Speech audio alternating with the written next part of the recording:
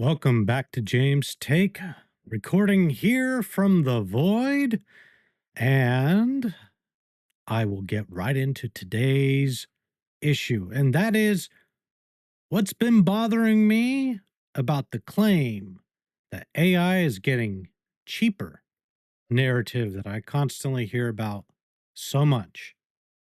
And in the long term, yes, indeed, AI is getting ever cheaper. But in the today, in the here and now, the bill is coming due, and it's far more than you ever thought.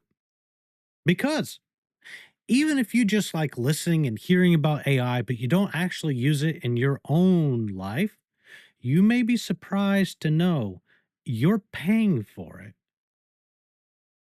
to the tune of 30% of your power bill, whether you acknowledge it or not. And that's because every time a data center comes online, its power demands are voracious: 50 megawatts, 100 watts, megawatts, 200 megawatts. And that power has to come from somewhere. Now, power plants, the power grid we have today, are yesterday's power plants and power grid. It's designed to meet the needs of an industrial revolution where demand for power, though high, is consistent. But with AI and data centers, their load could go from 0 to 100% back to zero in milliseconds. And that type of demand requires certain types of power plants. The easiest to permit, the cheapest to set up, the most expensive to run: peaker plants. And those peaker plants, well, someone has to pay for them. And that someone is you and me. We all have to pay for peaker plants. So that cost is passed along to the consumer and comes in more expensive power bills. Year after year, your bill goes up and you wonder, well, wait a minute. I had 100-watt light bulbs in my house, and my bill is the same or higher now with LED bulbs in every fixture consuming 2 watts. Has the power lines changed? No. Have they materially upgraded the existing power plants? Nope. Have they added a bunch of plants you have to pay for? Oh, yes. So, yes, you are subsidizing it through your power bills, and you're subsidizing it for international users because the vast majority of AI users, even though they're in the United States, they're also worldwide. So you end up situations where you have Virginia, where you have tons of data centers in there, where 30% of the state's power budget goes to the data centers. Consumers have to spend more on their power to get power. And the benefits of that are sent to people using the API far off in Bangladesh or other places. It's one way that AI's cost of it getting cheaper is not happening. The second one is more tied to a concept that happens called shrinkflation, where you're paying the same amount of money, but you're getting less product for that money. And it's a way that, in the supermarket, they use it as a way of hiding the fact that they're passing the cost onto the consumer in one way or another. They know that consumers are price sensitive, so they choose to keep the price the same, but they just deliver you less. So instead of 6 ounces of carrots, now you get 4 ounces of carrots for the same price. And it's supposed to be not noticeable, but with AI, it's very, very noticeable. And we see that in two ways. One is sort of in your face, so it's obvious, but the second one is far more insidious. And I'll get to why in just a bit. But let's deal with the first issue, the shrinkflation. So this hit Anthropic particularly hard. They were being completely abused. They had users that were paying $200 and consuming almost $100,000 in terms of compute. The insane levels of abuse was bonkers. So Anthropic said, enough. We're going to go after the highest users. We're going to knock them out so that way it's more fair and equally distributed for everyone. And so I expected them not to get it right the first round. But we're on round 10 now, and they still haven't fixed it. And that really troubles me because I find that Anthropic, what they deliver, is actually probably the best in terms of coding, but I can't use it. And in fact, I've never used Claude Code. All I do is, I actually work on a lot of automation problems. And when I hit a particularly tough snag, I'll use it to help me plan things, or I'll help it to give me ideas of alternative code paths, simple everyday chat queries. And I can't even do that because it will tell me, oh, you can't send a message, even though it's my first message for the day. Why? Because Claude has a artificial token limit for my $20 tier that, because in previous days I happened to use all that up, today I can't use Claude. Very, very not cool. And then they have hourly limits where how do you define an hour?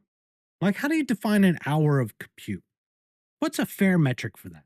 They don't answer that. Instead, they tell you, hey, in fact, a lot of people recommend you wake up at like 6 a.m. to start your first Windows session that you get for the amount of compute that you get. So that way, when you run out, you're not waiting too long before your next session begins.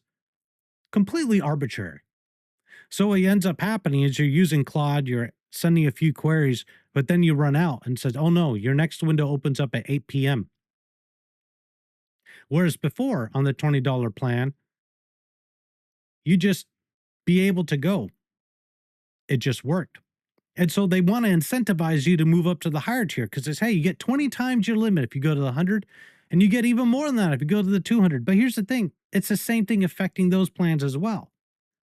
So in reality, it really, really doesn't help the fact that in actuality, these plans are there to subsidize the free users. And I figured, well, if I'm going to be hit with these limits at the $20 plan, I might as well use Claude for free and not pay, because then at least the limits are understandable.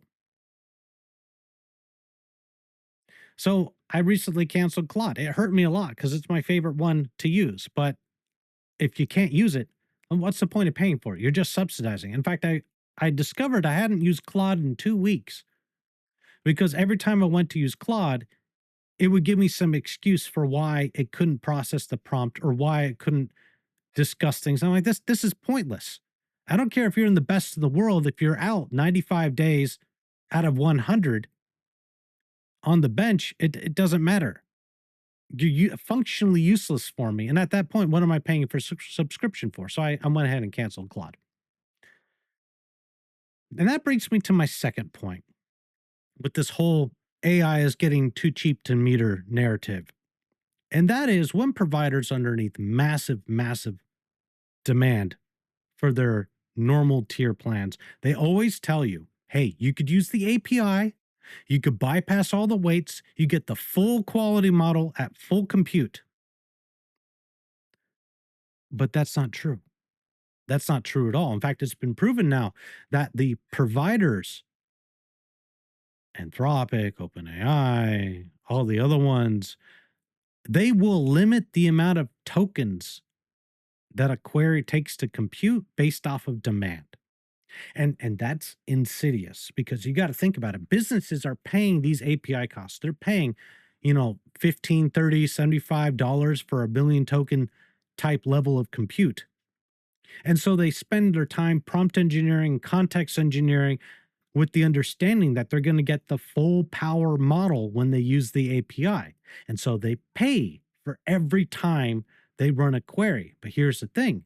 If the providers are dialing down the intelligence, the amount of tokens that these models can use to solve a problem, then what you end up with is that you're still paying top dollar, but for bottom tier intelligence. And so you context engineer a solution for your business, you put it into production, and then certain times of the day it doesn't perform, and you're asked as an engineer to solve the problem, and you're like, what's going on? I don't understand.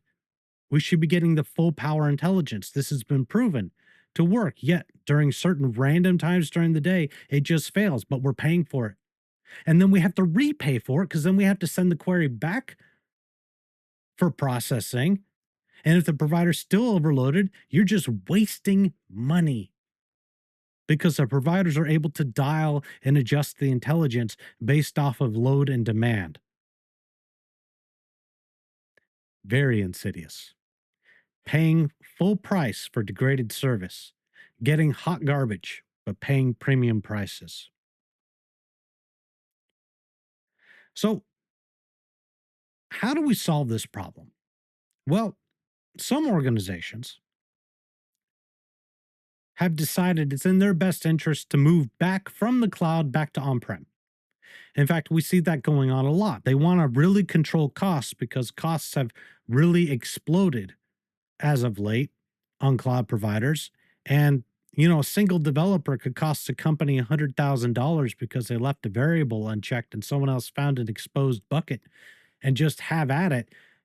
Corporations are saying, I don't want that level of craziness. Instead, I want to bring everything on prem. And that includes AI hardware. Well, NVIDIA and AMD, they're more like a duopoly. They really both love AI and they really hate the fact that they don't want to give up any profit to make this affordable, even the slightest. So you have situations where you have, the RTX 6000, which costs $10,000 and has 96 gigabytes of VRAM, very expensive. And, AMD isn't that much different. And that's kind of expensive because, it's a two slot card. It has a certain power budget, it's all that. But then you really need a third party. And in fact, we may be seeing that coming out of China, where a lot of the first generation cards that were made in 2020, now they're, don't get me wrong, these are really terrible cards when it comes to training. But for inference, for running a model that's already been trained, yes, I admit the software stack isn't great, but single slot, dual GPU, 96 gigabytes of VRAM, and the memory bus is equivalent to a Mac, just a regular Mac at like 200 megahertz, which is basically, very similar to the DGX Spark. But you got to think about it. With the DGX Spark, you're getting 128 gigabytes of VRAM and you're getting roughly the same performance as a card that came out in 2020, but you're paying almost $4,000 for the privilege for the Spark, a development board. Why bother when I could go on Alibaba and pick up for about, $1,500 a 1U 96 gigabyte VRAM card I could run tons of models on and really do development. In fact, you could probably pick up two of them and still be underpriced for a DJX Spark. And you could combine them together and run far bigger models. We really need a third competitor to bring these prices down back to reality. And that's the only way we'll ever get to where I really want us to be, which is that swarm intelligence. Because right now, swarm intelligence, where you have, a planning model and then you have sub agents that are specialized, I still feel is the future. But right now, that future is very, very expensive. It's being subsidized off of all of our backs. And it's just not cool.